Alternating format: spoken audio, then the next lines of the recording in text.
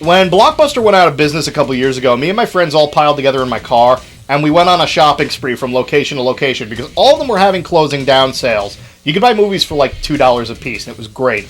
And of all the movies that I really wanted to get, there's only one that I wanted so badly that I accidentally bought it twice.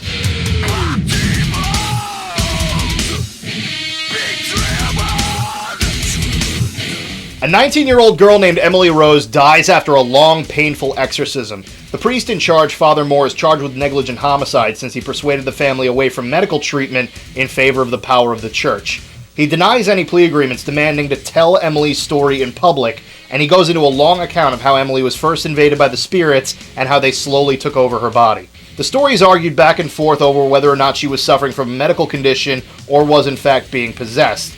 In the meantime, supernatural events seem to be taking place around the trial, including one of the key witnesses being killed. The jury doesn't exactly know what to make of the story, so they find the priest guilty but give him a severely reduced sentence because a lot of people believe the devil may have been at play here. I am, in all honesty, not a huge fan of most exorcism movies. I think they can get pretty silly, they can feature some really hammy overacting, and they can have terrible endings. What I like about this movie is that it takes a very logical approach to the exorcism trope. Namely the fact that if it were to happen in real life, wouldn't people be saying that maybe she had mental problems? In the case before you, the evidence will show that the victim had a serious medical condition. The victim's condition rendered her physically and psychologically incapable of caring for herself. The story mostly focuses on the trial of the priest who performed it, and it's based on an actual case. A girl named Annalise Michel died of dehydration and malnourishment after her parents and priest were convinced that she was possessed by Satan. There are supposed recordings of the exorcism online, but they're usually found next to those videos that say, "We've discovered an actual recording from the gates of hell," so decide for yourself whether or not you think this is legit. Got this going for her, she could sing for Cradle of Filth. But the trial does bring up some good points in a medical sense. All of her wounds were self-inflicted or the result of her thrashing about, which one of the witnesses points out could be attributed to epileptic seizures. The muscle contractions could feel like an extreme pressure on the body. And it is certainly possible, with all that brain activity, for a person to perceive all sorts of strange and violent things. So if all this can be explained in a medical sense, especially when you take into account that she refused to take medication for seizures, what sells the story that this was actually a demonic possession?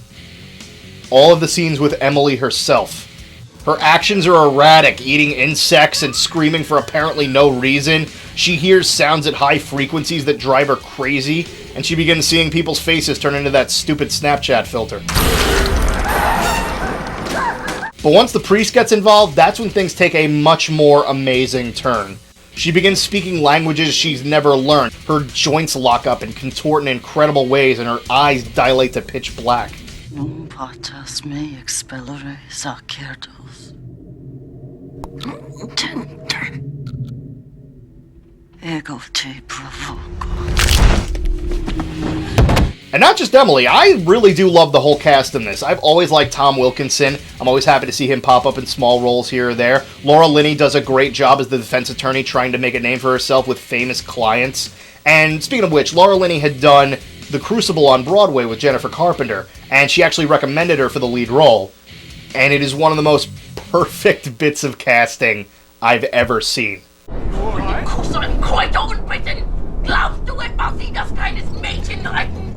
A lot of people recognize Jennifer Carpenter as Deb from Dexter, but for me it was actually the other way around. And as I said before, she owns this part. And lead us not into temptation, but deliver us from evil.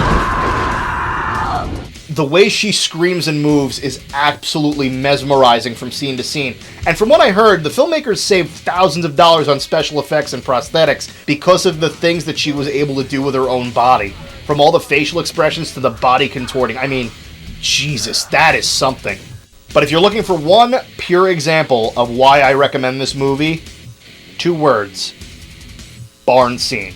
In a last-ditch effort to exorcise the demon inside Emily Rose, the preacher chases her out to the family barn and recites from the Bible, but the demon only seems to get stronger. He asks her to give out the name of exactly which demon has possessed her and, hold on a second.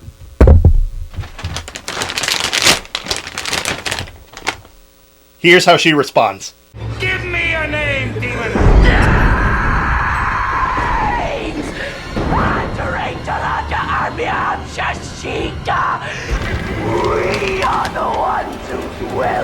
sin. And I am Lucifer, the devil in the flesh.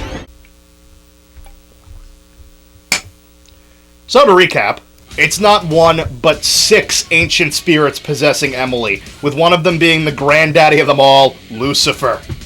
While they were filming this scene, animals in the barn, the crew, and the cast all believed that Jennifer Carpenter had actually become possessed. For just a little bit. Even the horses in the scene are like, nope, screw this, I'm out. I'm actually convinced they weren't even supposed to leave the barn, they just filmed it happening. Everything about this scene is perfect, from the music, to the acting, to the lighting. It is hands down the highlight of the film.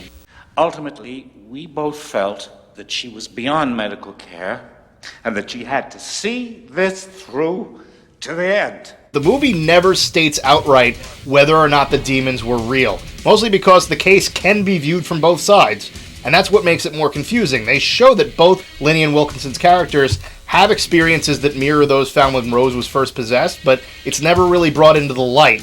And some of the prosecution's excuses for Emily's behavior are stretching at best. According to her high school records, German was the foreign language she studied there, yes? I don't know, if you say so.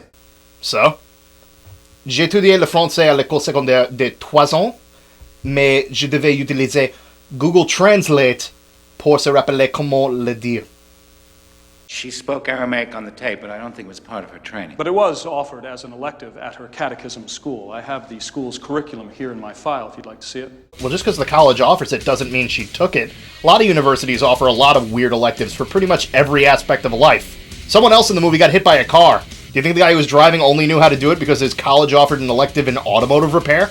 I think, honestly, the part where they try and make you believe that the devil cares about the outcome of this trial, attacking and terrorizing the defense counsel and the witnesses, are the worst in the film. But that's really just a side note. The main focus is given to the story of how Emily was possessed, and it is much, much more interesting. 1, 2, 3, 4, 5, 6. Trick or treat, I give you tricks and tricks.